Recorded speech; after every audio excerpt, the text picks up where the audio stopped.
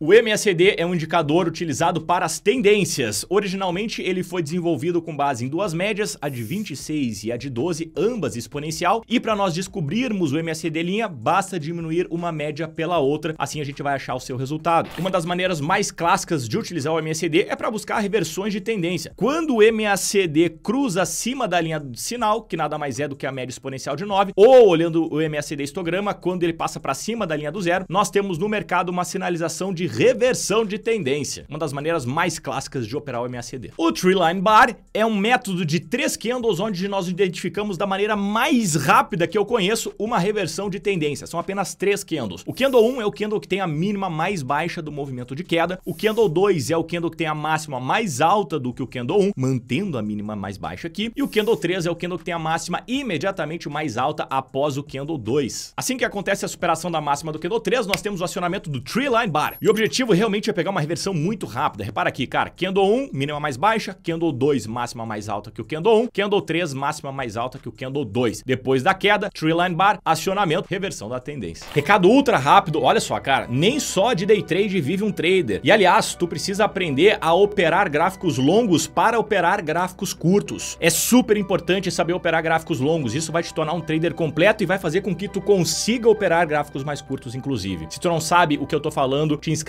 no evento Seu Próximo Nível, porque lá eu vou te explicar tudo o que tu precisa sobre gráficos longos, tanto para day trade quanto para swing trade. Vai ser no dia 8 de julho, evento vai ser gratuito, é só tu te inscrever aqui abaixo. O IFR pode ser colocado junto ao Tree Line Bar e o índice de força relativa tem o objetivo de sinalizar quando que a tendência é saudável ou não, quando que a tendência foi exagerada. O exagero vem após os níveis de IFR superar acima dos 80 ou abaixo dos 20. Se tratando de oscilador, ele vai de 0 a 100. Acima dos 80 significa que o mercado subiu muito rápido e, portanto, provavelmente está exausto e significa que aquela tendência deve acabar e acontecer um respiro, podendo ser uma reversão de tendência ou não. Sobrecompra, níveis acima de 80. Sobrevenda, níveis abaixo de 20. Colocando o Tree Line Bar nessas regiões pode ser algo muito inteligente. Suportes e resistências, como identificar de maneira clara e objetiva? Bom, para um suporte, tu vai precisar analisar um fundo. Um fundo é sempre quando nós temos um candle que tem a máxima e mínima mais alta do que o candle anterior. Dessa maneira, nós temos uma região de suporte. Todo fundo é suporte, importante. Para resistência, nós vamos querer a mesma coisa, porém análoga, um topo. A primeira vez que nós tivermos máximas e mínimas mais baixas que o candle anterior, nós temos a marcação de um topo e, portanto, uma zona de resistência onde os vendedores são mais fortes do que os compradores e, portanto, a gente deve pensar somente em vender. Vou te dar aqui uma dica muito fácil de como traçar um suporte. Pega o corpo mais baixo, pega a mínima mais baixa, traça duas linhas, temos aqui então uma zona de suporte. E sempre que o mercado se aproximar dessa região, é uma região onde tu deve pensar em comprar. Compradores mais fortes que vendedores, a gente vai querer surfar uma alta a partir desse ponto. Repara que aqui o mercado rompeu uma resistência, está acima do suporte pelo princípio da bipolaridade, o mercado volta a testar o suporte, deixa um sinal de compra, aqui a gente pensa em comprar, vislumbrando a tendência de alta. Compradores mais fortes que vendedores, só pensamos em comprar. Suportes e resistências são simplesmente um mundo, cara, dá pra escrever um livro só sobre isso, um curso só sobre isso, e caso tu queira te aprofundar, eu fiz um material super especial sobre isso e sobre outros pontos extremamente relevantes para um trader ser lucrativo e consistente. Caso tu queira te aprofundar, vou deixar o link aqui abaixo na descrição, só tu clicar lá e ver o que eu tô falando. Lawrence, eu já vi isso em algum lugar, você não é Smart Money? Vamos falar sobre Smart Money. Lawrence, tu vai resumir Smart Money em 30 segundos? Não, cara, a gente vai precisar bem menos do que isso. Smart Money nada mais é do que um momento em que o mercado rompe falso. Dentro de uma tendência de baixa, a gente vai aguardar o mercado romper fundos anteriores, vai esperar o rompimento falso, vai aguardar o pullback para buscar a retomada da alta. Smart Money, rompimento falso com pullback, deu. Mas o que é o rompimento falso, Lawrence? Rompimento falso é quando o mercado sinaliza uma alta com candle fechado depois de uma região que foi testada de preferência diversas vezes. Nós temos aqui uma região de resistência testada 3 vezes com o mercado rompendo para cima. O rompimento falso acontece quando o mercado fecha abaixo da mínima desse candle e a gente pode lucrar em cima deste movimento colocando uma entrada na perda mínima do rompimento falso, nesse caso da barra vermelha, vislumbrando uma tendência de queda. E como nós identificamos rompimento falso? Através do volume. Um indicador importantíssimo que nos sinaliza se um rompimento tem mais chance de ser verdadeiro ou falso. Rompimentos que têm alto volume são rompimentos que têm alta propensão de serem verdadeiros, porque tem muitos players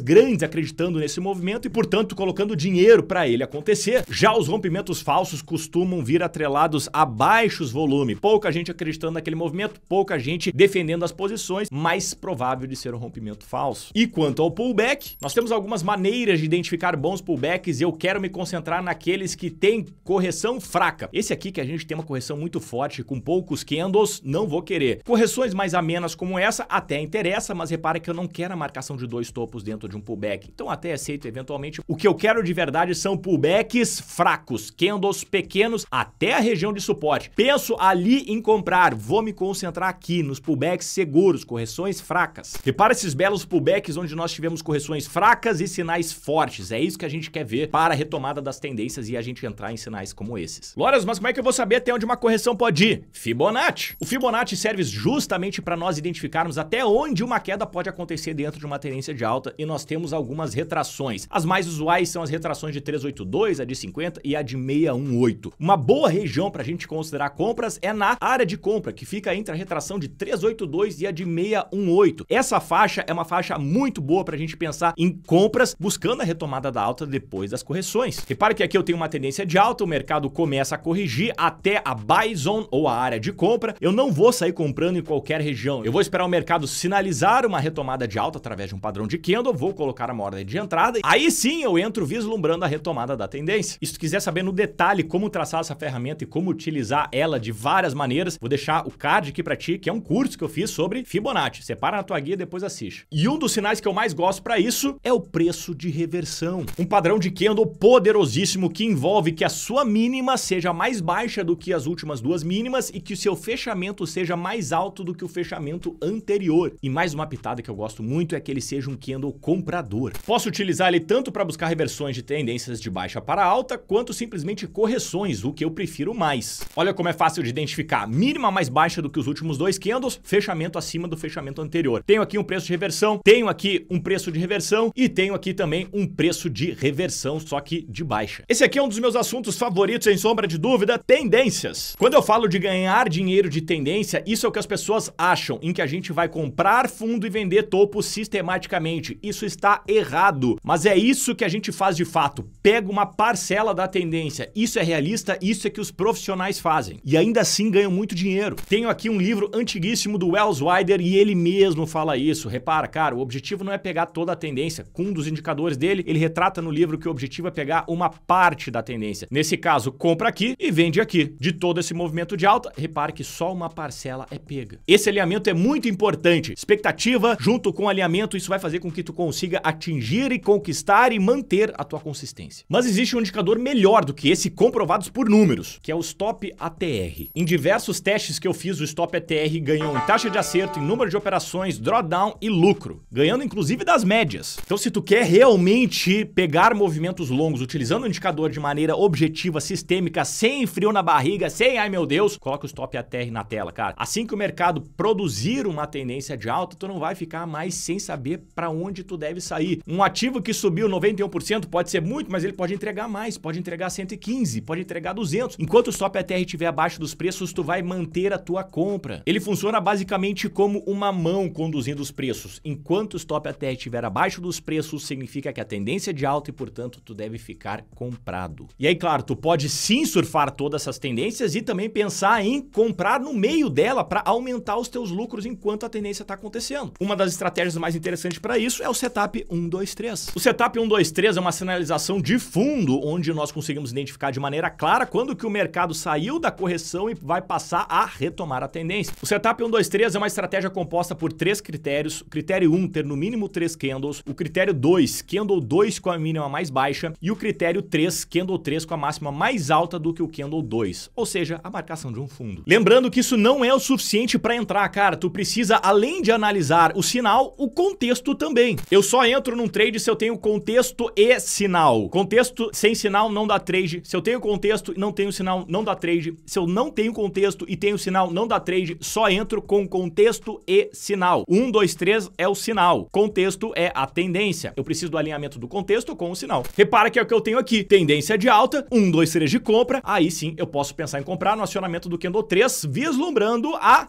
tendência de alta. Uma outra maneira de identificar sinais é através do candle a candle. O candle a candle é uma maneira de entender o movimento dos candles. Repara que este mesmo cara aqui poderia ser de diversas maneiras. Um movimento de baixa, de baixa, ou movimento de alta, alta, ou ainda um movimento de alta, baixa.